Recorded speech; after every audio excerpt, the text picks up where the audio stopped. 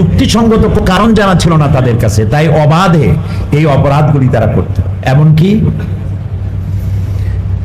মানুষ কেনাবেচা করত, গৃহস্বামী দাসী ক্রয় করে তাকে ভোগ করত, তাকে গর্ভবতী করত। এই গর্ভের বয়স যখন 8 মাস বা 7 মাস বা 9 মাস হতো, তখন বন্ধুদেরকে দাওয়াত দিয়ে তার ড্রয়িং রুমে এনে সেখানে এই গর্ভবতী নারীকে উলঙ্গ করা হতো এবং তার পেট চিরে, জীবন্ত অবস্থায় পেট চিরে বাচ্চা বের করে রেখে দিত এক পাশে। বাচ্চা কিভাবে ছটফট করে মরছে আর মা কিভাবে ছটফট করে মরছে, এই দৃশ্য দেখে তারা ঐশাচিক অট্ট হাসিতে মেনে পড়ত। চুরি, ডাকাতি, জেনা, ব্যভিচারে ভরপুর গোটা পৃথিবী, নো রিটার্ন পয়েন্ট। যখন এই অবস্থা হলো, ব্যাক করার হয় ধ্বংস, নতুবা নতুন কোন পৃথিবীর উদ্ভাবন, নতুন কোন সভ্যতার আগমন। ঠিক এরকম একটি সময় আল্লাহ রাব্বুল আলামিন পাঠালেন সর্বকালের সর্বযুগের সর্বশ্রেষ্ঠ মহামানব বিশ্বনবী মুহাম্মদ রাসূলুল্লাহ সাল্লাল্লাহু আলাইহি ওয়াসাল্লাম। আর আল্লাহ তাআলা বলে দিলেন, ওমা আরসালনাকা ইল্লা রাহমাতাল লিল আলামিন।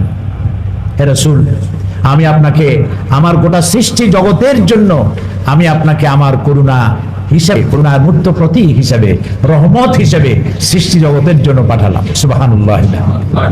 গোটা সৃষ্টি জগতের জন্য তিনি করুণা হয়ে এলেন, রহমত হয়ে এলেন, শুধু মানুষের জন্য নয়, সৃষ্টি জগতের জন্য। ওমা আরসালনাকা ইল্লা রাহমাতাল লিল আলামিন। সমস্ত জগতের জাতি সৃষ্টি সবগুলোর জন্যই তিনি রহমত হয়ে এলেন। এমনকি গাছের জন্য রহমত হলেন।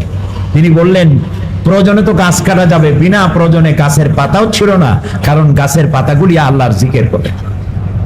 যুদ্ধে গেলে বলতেন, নারী, শিশু, বৃদ্ধ, অসুস্থ, এদেরকে টাচ করবে না, এদেরকে ধরবে না, আর ফলদার বৃক্ষ কাটবে না, আগেই নির্দেশ দিয়ে দিতেন। রহমত শুধু মানুষের জন্য না, প্রাণী জগতের জন্য। তিরমিজি শরীফের হাদিসে এসেছে, নবী করিম সাল্লাল্লাহু আলাইহি সাল্লাম হেঁটে যাচ্ছিলেন রাস্তা দিয়ে, সামনে একটা উট এসে দাঁড়ালো। উটটি কৃষ, এক্সরে করা ছাড়াই তার শরীরে হাড্ডি গুড্ডি বাইরে থেকে দেখা যায়। এখন বুঝতেই পারেন আমার বর্ণনার মাধ্যমে যে উটের অবস্থা কি। উটটি রাসূলের দিকে তাকানো, উটের চোখ থেকে পানি পড়তেছে, উটে চিনে ফেলেছে আল্লাহর রাসূল। নবী করিম সাল্লাল্লাহু আলাইহি সাল্লাম জিজ্ঞেস করলেন, উটের মালিক কোথায়? এ উট কার? তাকে ডেকে নিয়ে আসো। তাকে ডাকা হলো। নবী করিম সাল্লাল্লাহু আলাইহি সাল্লাম প্রশ্ন করলেন, উটটি কি তোমার? বলল যে হ্যাঁ।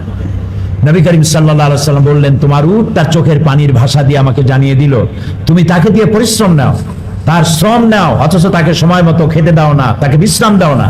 তুমি যদি তা না করো, আল্লাহর কাছে কিয়ামতে তোমাকে জবাবদিহি করতে হবে।